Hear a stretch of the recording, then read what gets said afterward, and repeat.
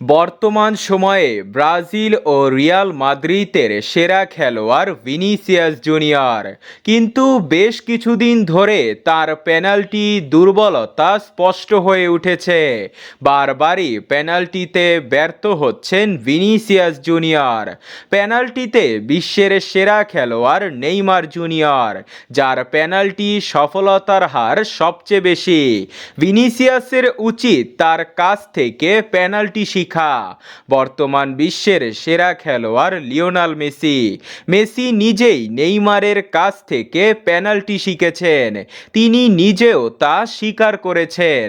যদি Lionel Messi শিখতে পারে তাহলে ভিনি কেন নয়? ভিনিসিয়াস নেইমারকে তার আইডল মানে, তার কাছ থেকে স্কিল বাড়ানো উচিত। বিগত ম্যাচে ভেনিজুয়েলার বিপক্ষে পেনাল্টি মিস করে ভিনিসিয়াস জুনিয়র। তার ওই পেনাল্টি মিসে জয় বঞ্চিত হয় ব্রাজিলের। আবার শেষ ম্যাচে রিয়ালের হয়ে পেনাল্টি মিস করেন তিনি। সেই ম্যাচে রিয়াল না হারলেও শিরোপার রেস থেকে ছিটকে যায় রিয়াল মাদ্রিদ।